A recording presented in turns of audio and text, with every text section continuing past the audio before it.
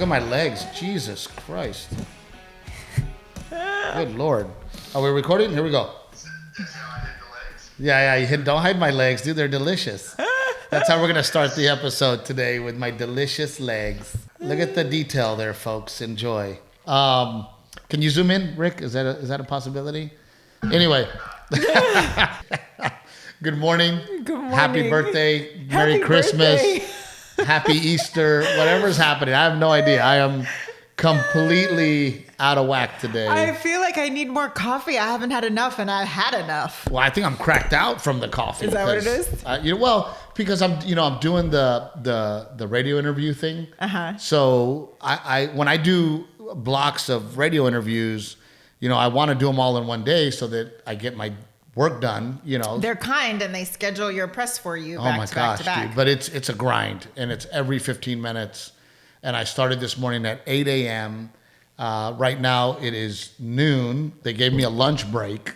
So we're going to podcast during your break. With my lunch break, we're just had lunch, podcasting. So here we are. And there is lots to talk about. And I know you're concerned. You're like, oh my God, what are we going to talk about? No, I just feel like we've been flying by the seat of our, we always fly by the seat of our pants, but I just feel like crazy. And sometimes coming to this table is like, or a lot of times it's like a grounding moment. And I was like, wait a minute, what has happened in our life? What are we going to talk about? When we get divorced, who gets the table? That's what I want to know. I want to go ahead and put it in the divorce decree that Renae gets this table. Well, I'm auctioning it off to the highest bidder. No. You're going to keep it so that when you see it, you can go, God, Steve really tried. No. Steve tried. He really did. He really tried. But the interviews sometimes are great, and sometimes I'm like, oh my gosh, radio interviews, and it's just, the problem is it's like one after another, and everyone, you want to be gracious and you want to let them know thank you, and you want to also do the best job that you can. But it's also so funny hearing you do them, because the tone is very different depending on the station and do they still call them disc jockeys? What do they call them now? They do? They do still call them disc jockeys? The DJ, depending on a country station is very different than, there was one station this morning you pulled me in on, and the jokes. Bullshit, I didn't pull you in on it. The jokes got a little blue, and I was like, are we going to get in trouble for this? And well, first of all, it's Philadelphia. You cannot get blue enough. Number one. Number two, I did not pull you into it. I walked in the room and you said, oh, speaking of, Renae just walked in. Yeah, well, Renae walks in oh, you're doing radio? And maybe I should be on too. And, no. But that one turned out to be really cool. And that was a lot of fun doing that with you. But Aztec Chevrolet, before we start rambling on. Yes. Aztec Chevrolet, please give them a chance. They are absolutely wonderful, wonderful people. And what's been fun is they'll get a new vehicle in, and then I post it. Uh-huh. And it's crazy to see these vehicles are selling within a day. That's awesome. It reminds me of when we wanted to buy a house, it was like, you got to have your shit ready. Oh yeah. Especially for a truck in Texas. Yeah. There is no looky-loo. You got to be ready to pull the trigger, because it's happening, and it's happening now. Right. Yeah. Also Old Salt Coffee. They have been wonderful to us, and please forgive us. We're working very hard to get those challenge coins out. Remember, if you get a subscription with the code Trevino10, we will mail you one of the most beautiful challenge coin memorabilias. So please do so. Also, pick Cherries. Listen to podcasts like you've never listened before. I don't know if I got it right. Share a podcast like never before. Podcast like never before. And it's true. There's never been an app that allows you to do this. You can clip out any podcast you want. Look, all the people want to hear is there's no ads. If you want to listen to our podcast ad-free, yes, go to Pick Cherries. Yeah. So with that being said, let's go back to our whatever. And lately I've been wearing the Crocs because I mean, are you really wearing the Crocs on the podcast, Steve Trevino? People love them. And it's just been one of those things too, where it's like, oh my gosh, dude, we've just been so busy. I slip on the Crocs. And then anyway, They're so fugly. When I work on the yard, I take them off. I put on my work in the yard outfit. Your anyway, snake boots. We don't use these, but I do want to address something very quickly before we get into the fun stuff. Uh-huh. I want people to know that I never try to ticket gouge. I always try to make sure, and Renae is here to attest, and Rick and Gigi, that, my top priority is the fan experience. Yeah. And we also want everybody to be able to enjoy a show. However, this monster that we're creating, which I'm so grateful for, has led to a lot of ticket scalping. Yeah. Right. A lot of situations where, people hit me up and they go, "Hey, what the heck, Steve? I can't afford $150 for a ticket." And I go, "Oh my gosh, no, tickets are $20, $30, $35. They're not $200. Yeah. I'm not that guy, But with the scalping, and it's like across the board. It's not just big scalpers. It's even people who are running their own little side scalping business out of the comedy clubs and scooping up tickets and trying to resell them on your own social media, like Facebook pages. And I don't make any of that money. Just to be clear, I don't make any of that money, and I don't care to. I want the $30, $25 ticket price. But it happens, and I want you guys to know that it really bums me out, and it makes me sad that those things are happening. And then the other question that I get is, well, Steve, you're the artist. Can't you do anything about it? One, I'm trying, number one. Yeah. Number two, I am not Garth Brooks. I am not Bruce Springsteen. I am not Pitbull. I am at a stage in my career where politically, man, I have very little say into, and that's so hard and happens. Frustrating to say and admit. I hear you say those words and my blood boils. I'm usually the calm one, but we recently had a very lengthy conversation with my team where I very clearly expressed my concern, my problems with it, the fact that some people cannot afford a $100 ticket. That's insane. Because then all of a sudden it's $100 for the ticket, then another $100 for your wife or your husband. Then you have to spend $100 on babysitting, and then you have to spend the money for the drinks that night.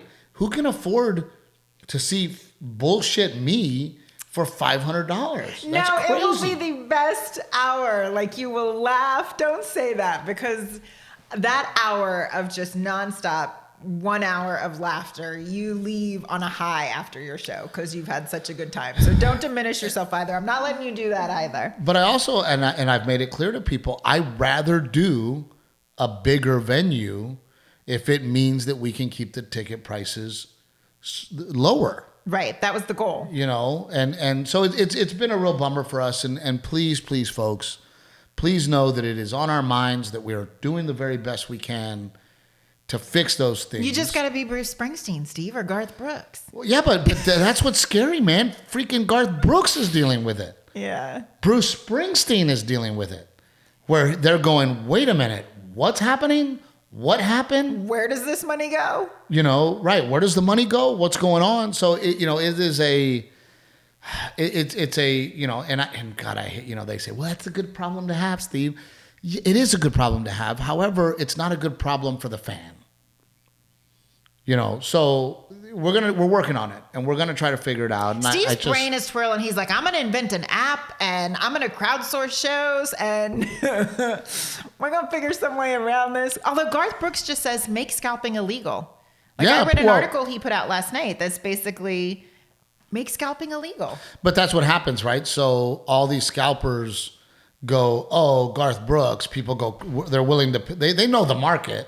And they know what people are willing to pay to see Garth Brooks. So they go in and they go, okay, we're going to buy 1,000 tickets or 2,000 tickets for every single show he does.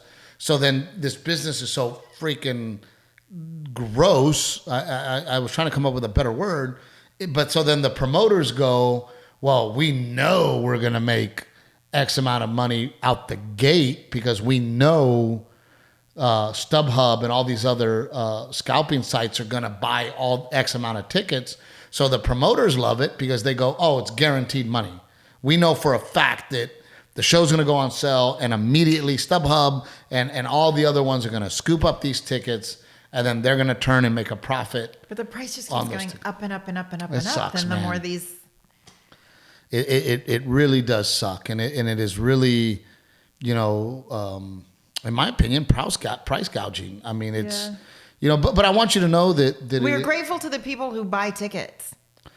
And it's not on us, man. And that's what has been so frustrating in this business is that I don't control a lot of it. A lot of things that happen, I don't control them.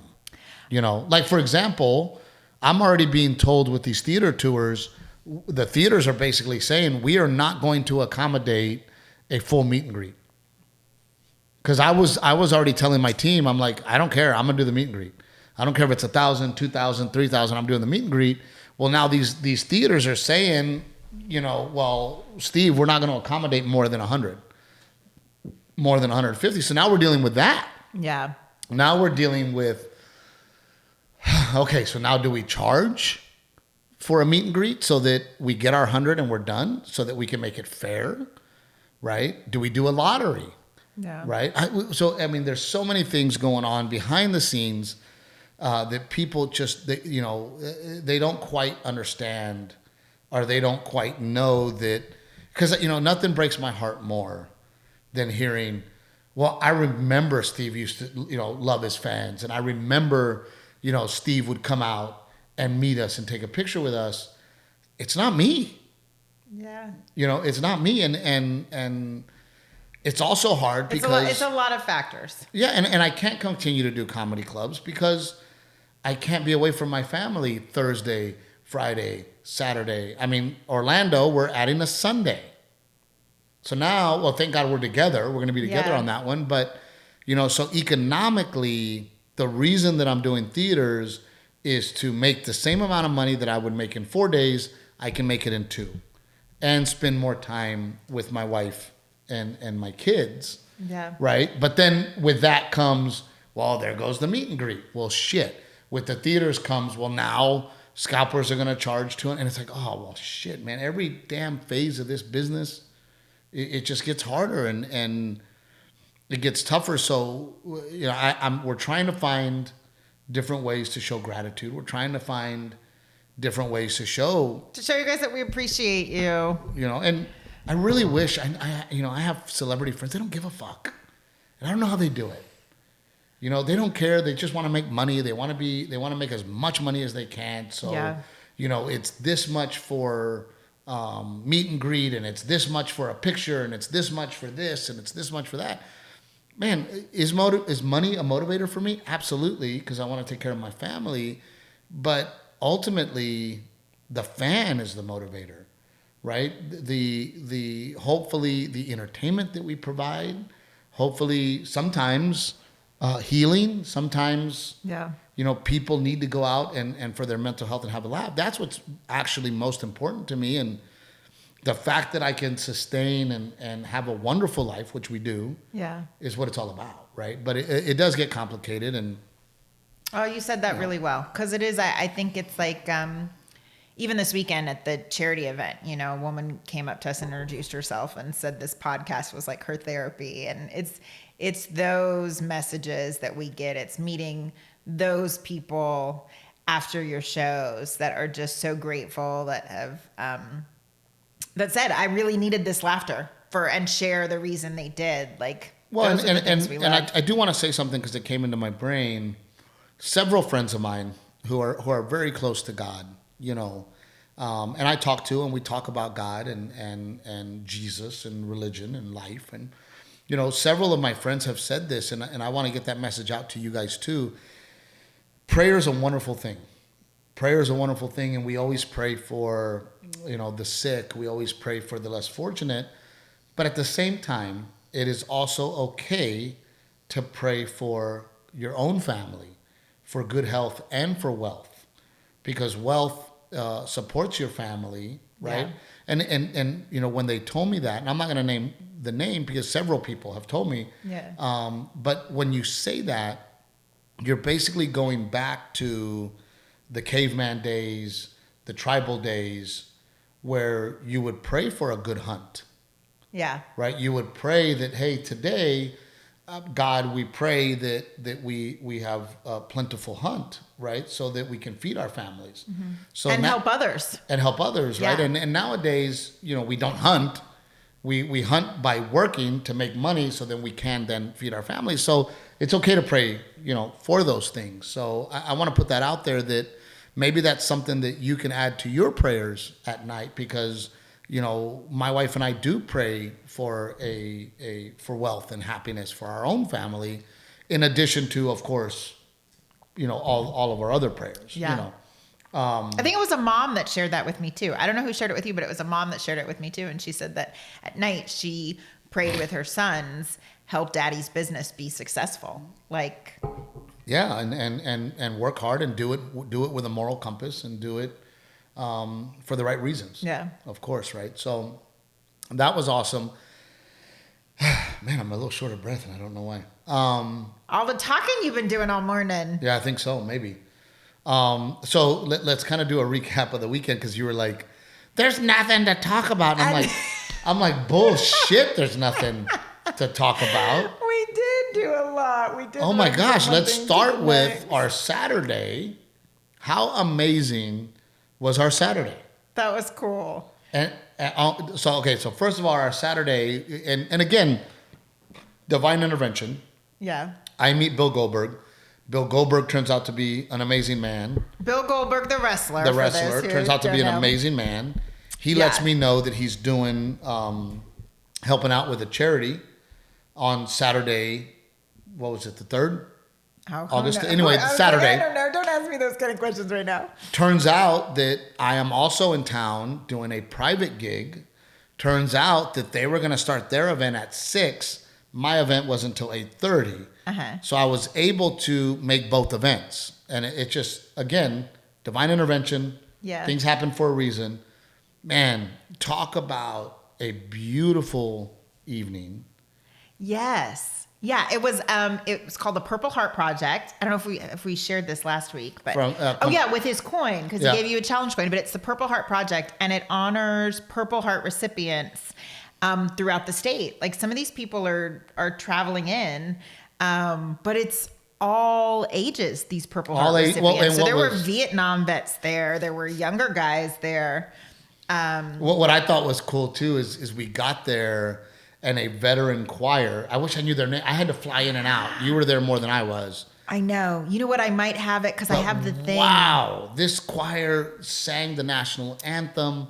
It was phenomenal and just emotional and beautiful. And it was just really cool to see this group of men, like I said, spanning ages, but sharing this experience of being a vet in a choir. It was beautiful. Killing it. And even the...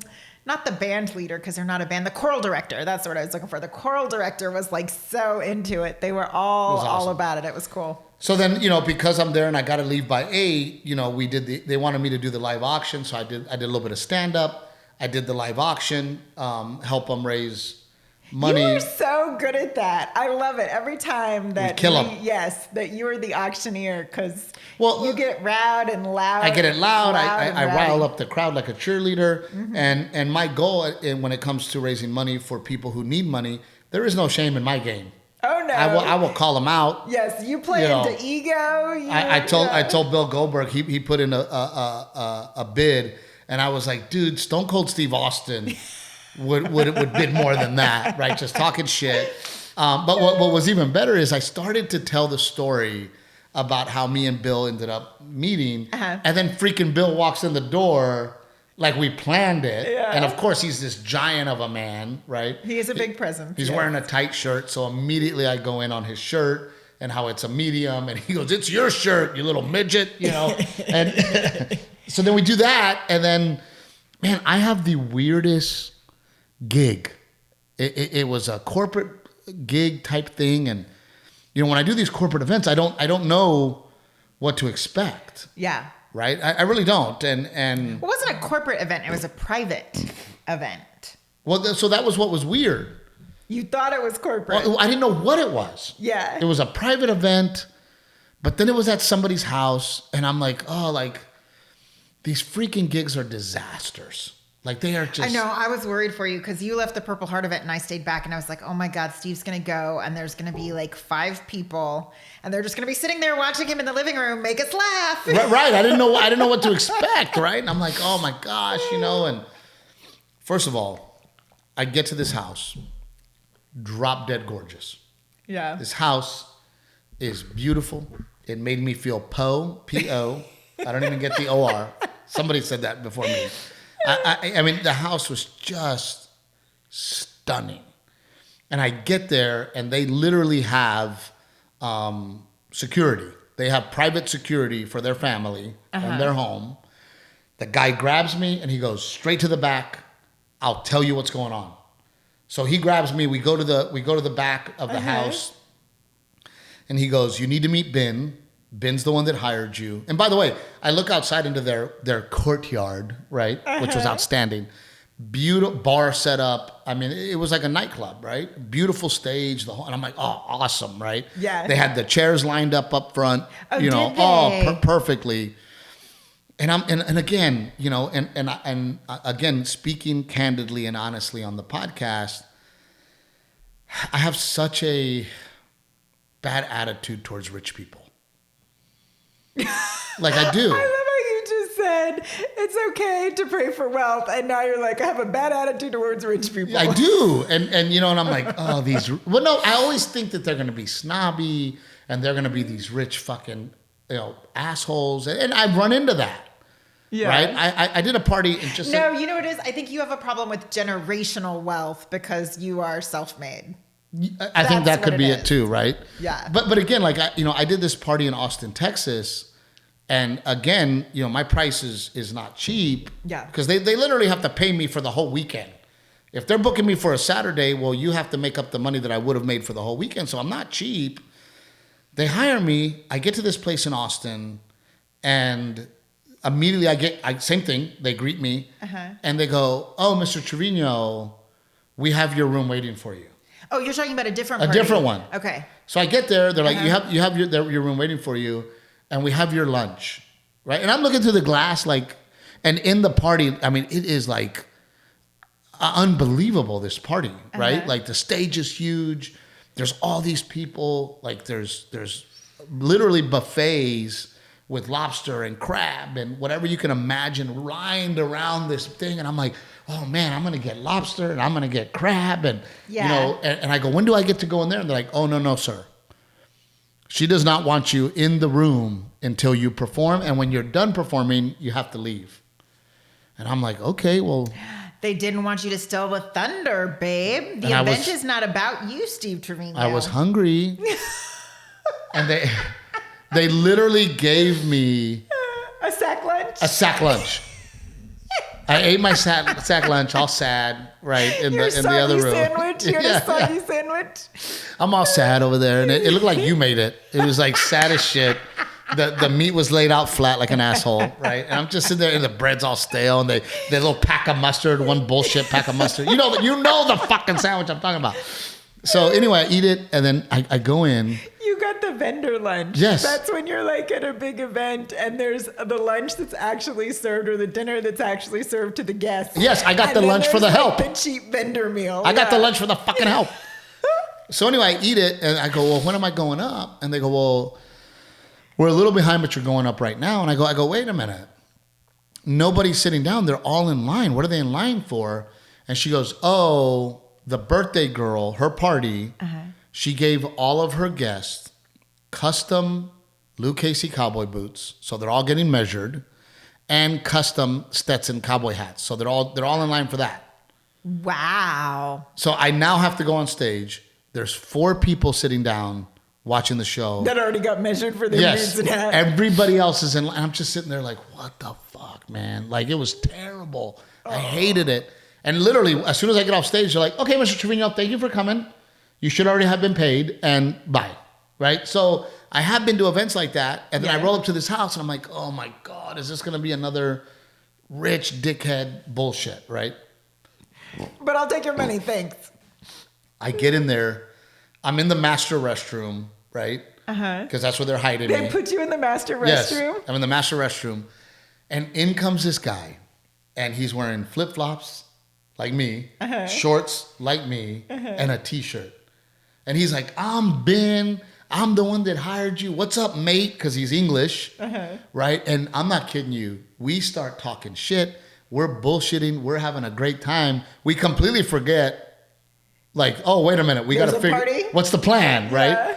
So then I go, listen, man, and any corporate gig, I go PG-13, PG-18. I can do it all. What do you want? He goes, I don't give a fuck, mate. Fucking bring it, right? So then he informs me. He goes, look, my wife is from Uvalde, Texas. You are her absolute favorite comedian. He goes, I have a business engagement on the weekend that you're coming to San Antonio.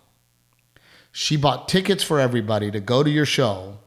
He goes, and she got mad at me because I was not going to be able to make it with her, right? He goes, so as a surprise, I hired you to come to her on our anniversary party. Major points, man. Right.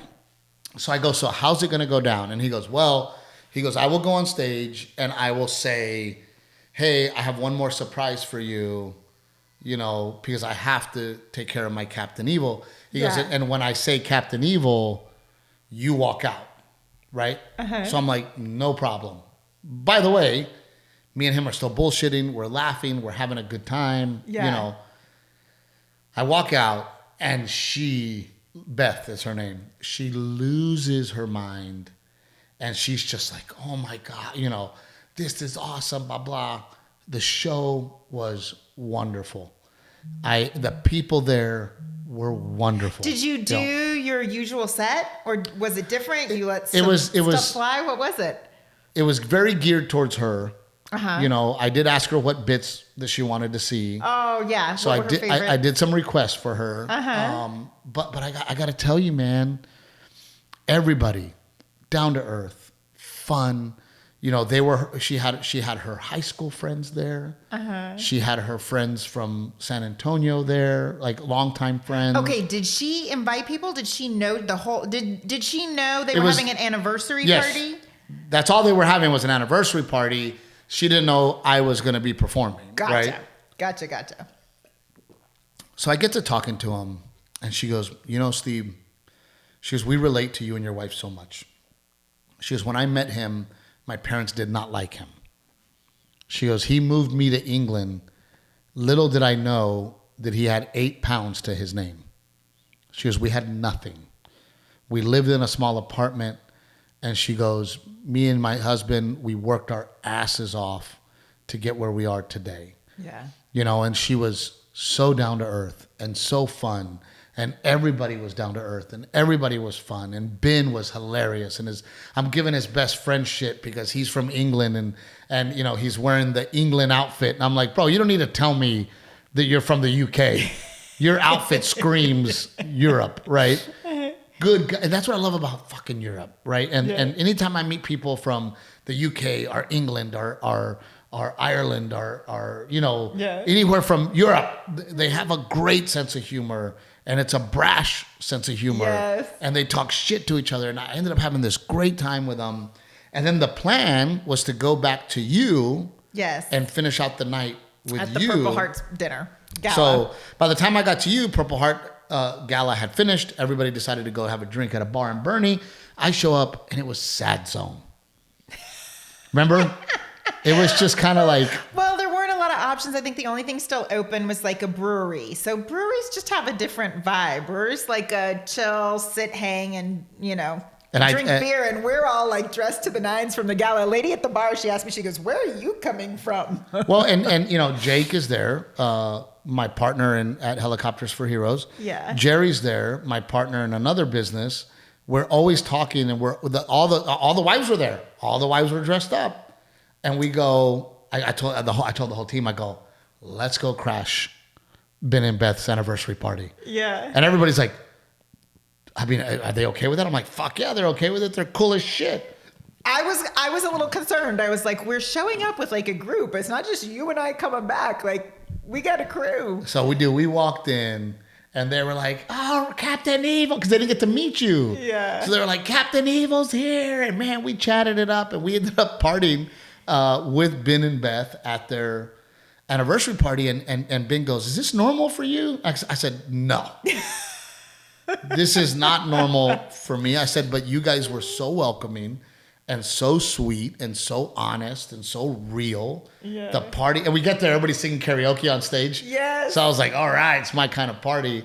So we ended up having... Yeah, because I was like, are we going to get there and the party's going to be over? You're like, no, it's still going to be going. But just to be clear, to go back a step, our official winners for the wine tasting giveaway that we did last year, we finally were able to make it work. Yes. Turns out Bruce is a Navy veteran and totally looks Navy veteran, right? Oh, yes. He's got the big mustache, and a Vietnam era at that. And his wife, Doris. We said, look, come to dinner. We're going to do dinner with you guys Saturday night. And it worked out perfect. At the gala. At the gala, Purple Heart event. And of course, I gave it up to them. And then I said, we'll pick you up 10 o'clock in the morning the next day so we can go to Fredericksburg and do that. This was the Helicopters for Heroes contest that we ran where people could buy a raffle ticket. We got you transportation.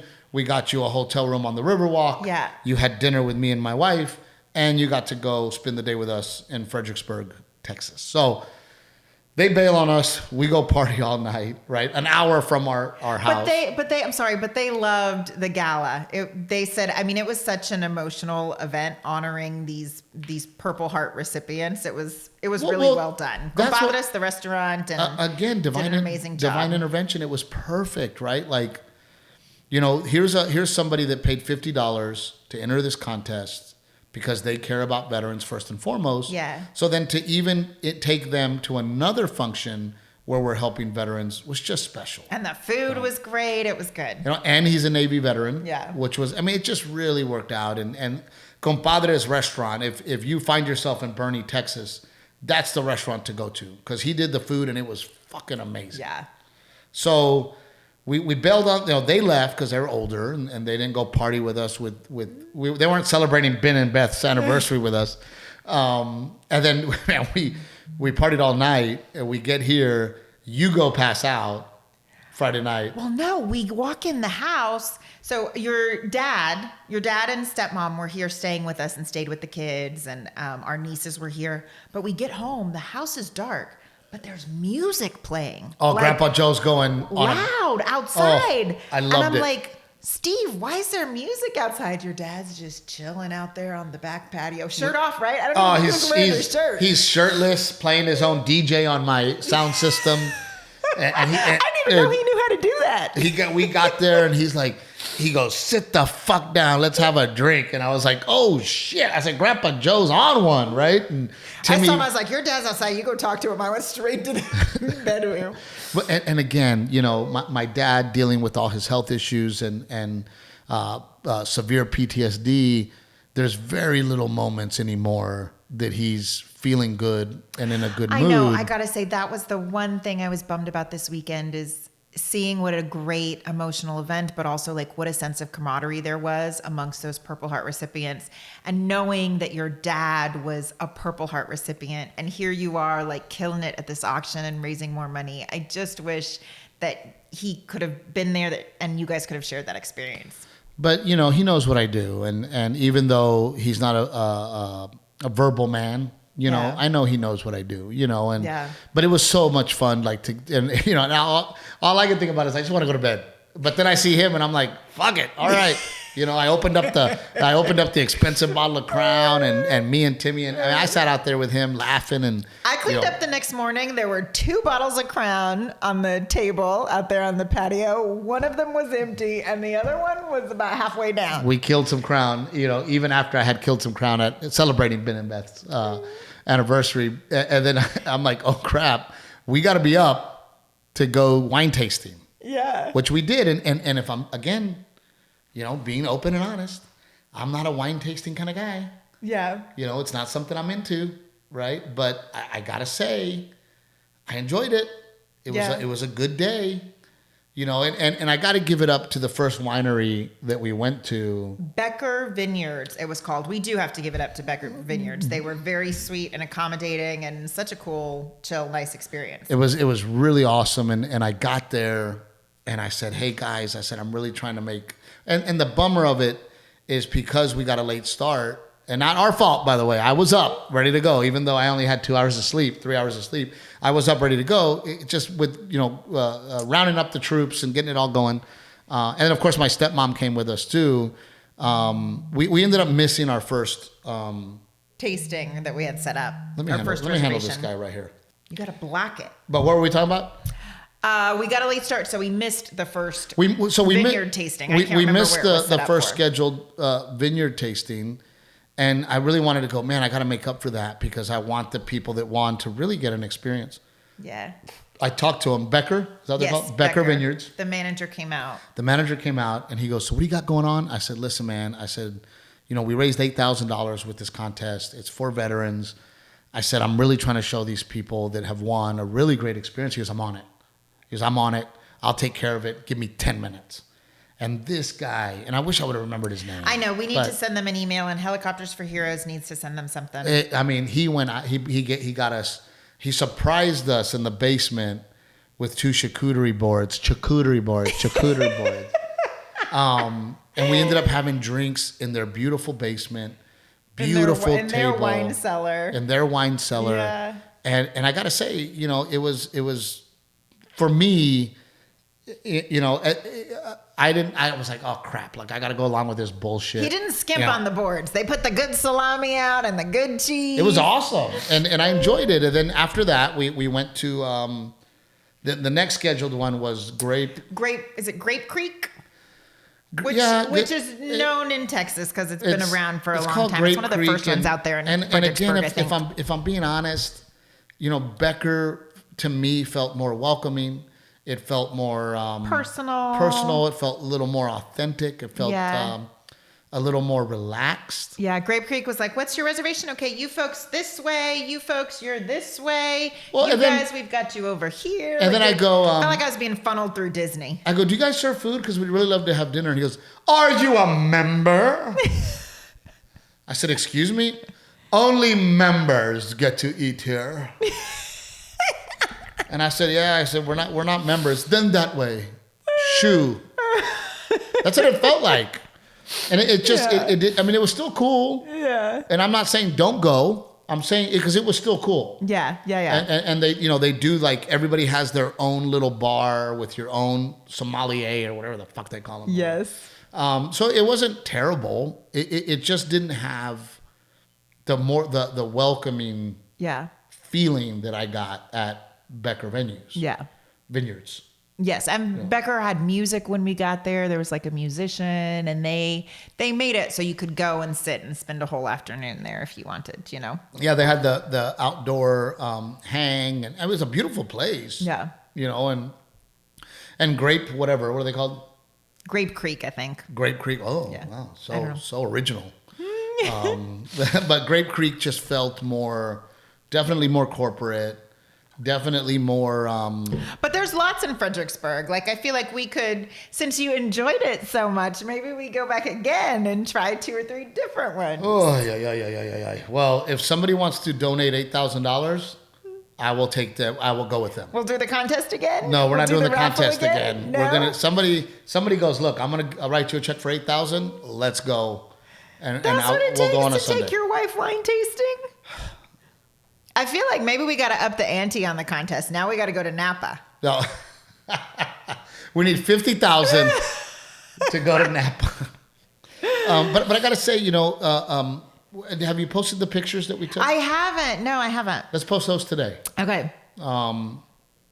So just a big thank you to Bruce and I always say Doris. They were wonderful to hang out with and very sweet people. And we also did dinner, an early dinner afterwards at this place called Leroys, which again, really unique. A very Tex-Mex. Very Tex-Mex place. Very unique, very quaint. But not like, it's weird because I say Tex-Mex and you think like, I feel like for us, we think Mexican food. And they did have menudo, but it was like barbecue, brisket.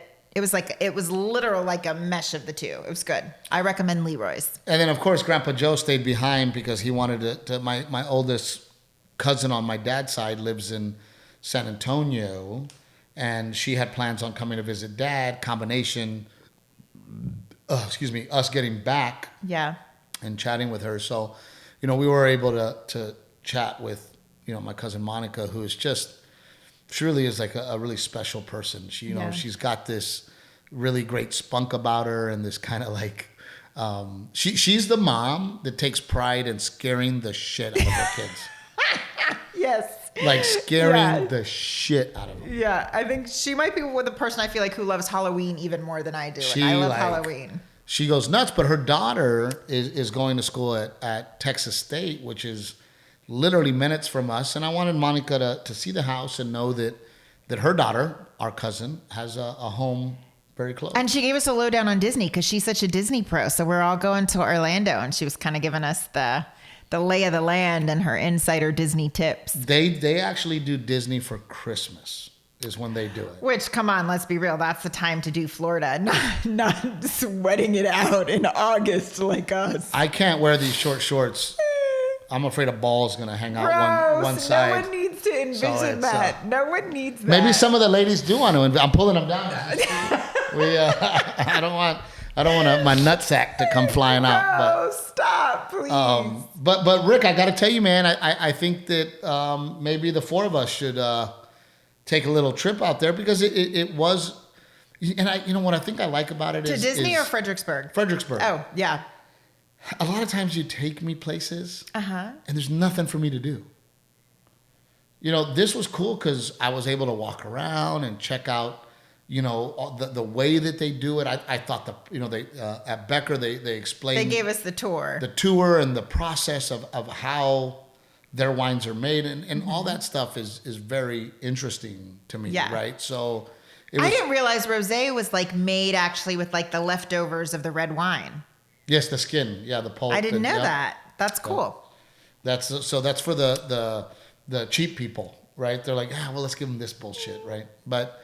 It really was an amazing weekend, and it was cracking me up that you were like, we have nothing to talk about. I'm like, bullshit. No, I had fun with you this weekend. It was like, I don't want to say it was like work obligations, but it was kind of like work obligations, but I had you home. Like we got to hang and enjoy. It was nice. However, Thursday, and I'm trying to think of what our tiff was, but Thursday we had a tiff. Did we? Thursday About morning. What? I can't remember. And I'm like, oh my God, like, is it because I'm not on the road right now?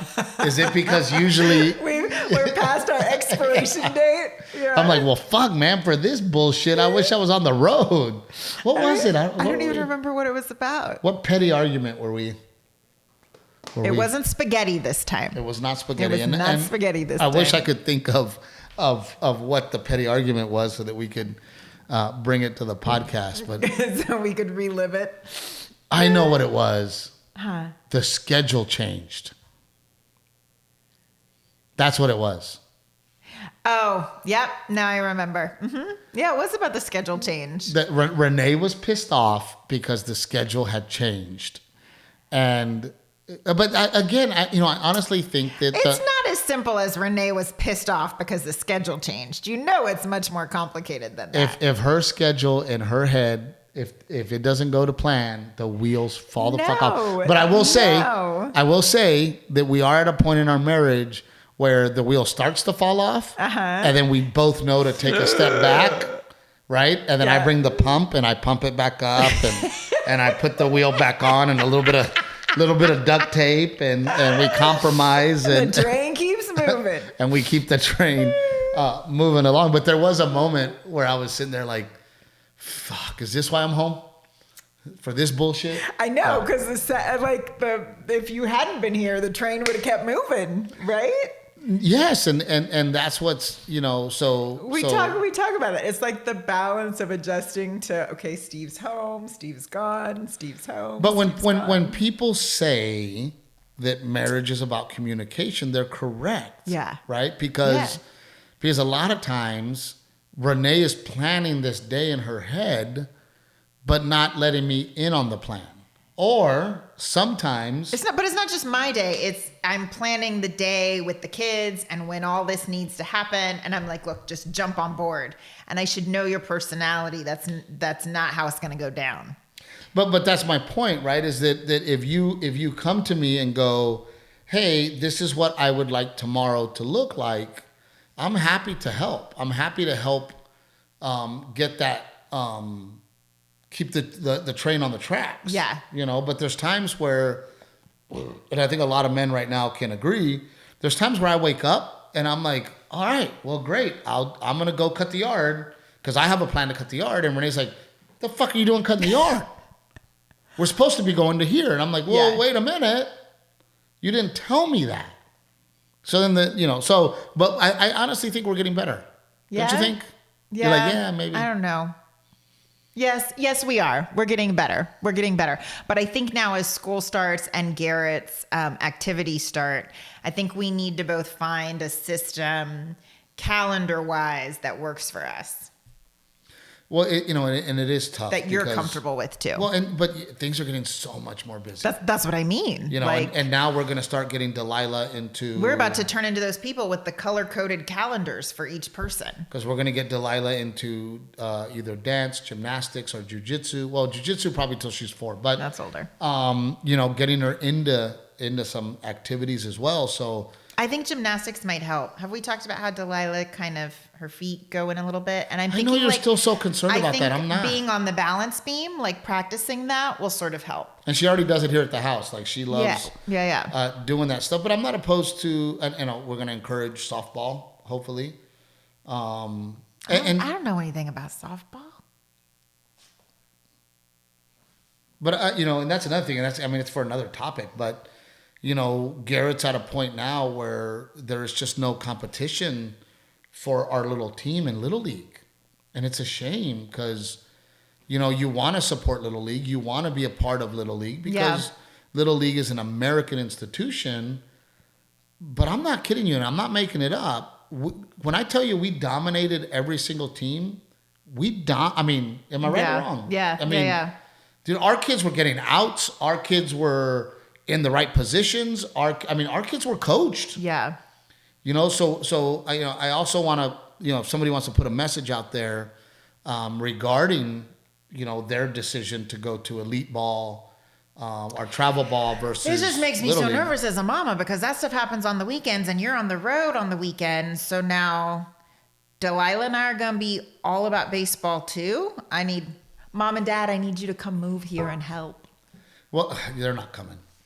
But I will say that, it's so very valuable to me, the friends that I have made. And, we had Daniel McCutcheon on the podcast and, Travis Cohen's daddy is just a really good man and dedicated to the sport. And so, I have these guys that their kids are my kids' age. They love baseball. We all coach together. I wanted to make the leap already, but I can't be the leader of it because of my schedule, but I also wanted them to be involved because I trust them with my son. Yeah. So that the times that you can't travel with him, I know that my son can travel, with Travis I'm like, how are we going to do Daniel. So then, Daniel calls me and he says, hey man, I'm really ready to make that next step into travel ball.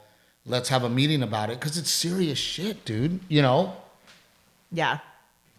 And also I am grateful for the fact that we did do Little League and we're going to do Little League this fall season. Yeah. Because it was also an opportunity to find the kids that we like. Yeah. Who are good, but most importantly, that have good parents.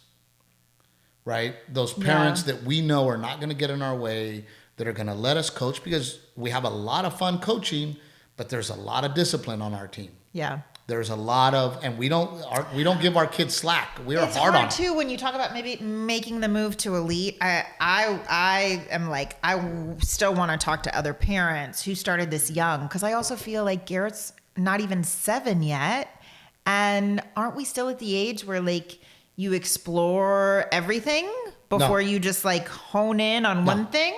No. I mean, I guess Tiger Woods was like playing golf when he was 2, but Jose Trevino is the catcher of the New York Yankees. Trevinos play baseball. That's it. We're not big people. We ain't playing football. That one day Garrett's can grow up and be like, maybe Trevinos don't play baseball. Maybe Trevino's do comedy. Right? No, remember, we always talked about it. Team sport, Yeah. individual sport, and an instrument. Yeah. He's amazing at baseball. He's amazing at jiu-jitsu. And we're really encouraging the piano. Yeah. So, and again, I honestly believe that this attitude of, well, I want my kid to just play what he wants. No, you have to encourage. I don't agree with that attitude. I don't agree with, well, if they want to play, they'll play. No, it is up to a parent to encourage. It is up to a parent to push.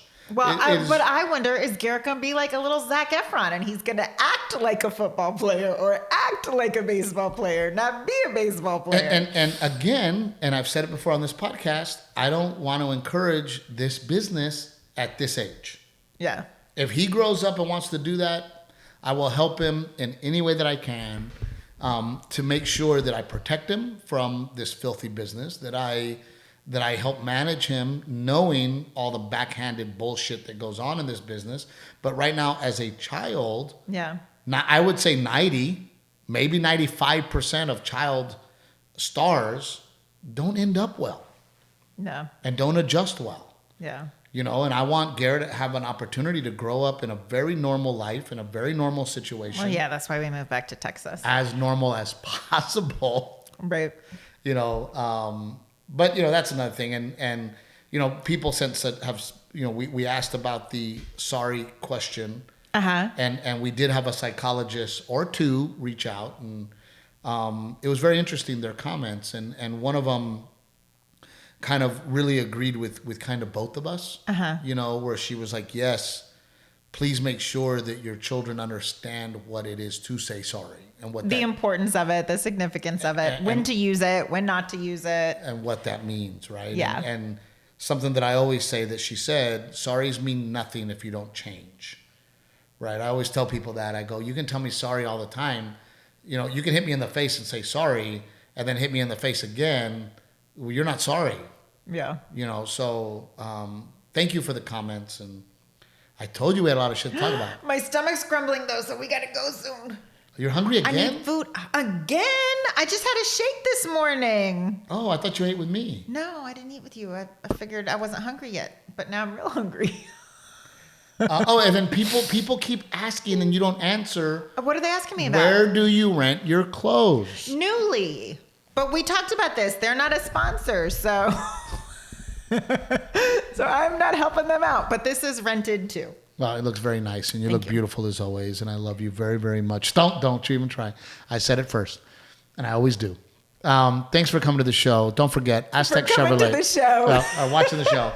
Aztec Chevrolet, Old Salt Coffee, picked cherries. Don't forget Miss Dora and her eyelashes or whatever the fuck she's selling these days. Thank you so much. We love you, and we pray for you to have health, happiness, and wealth.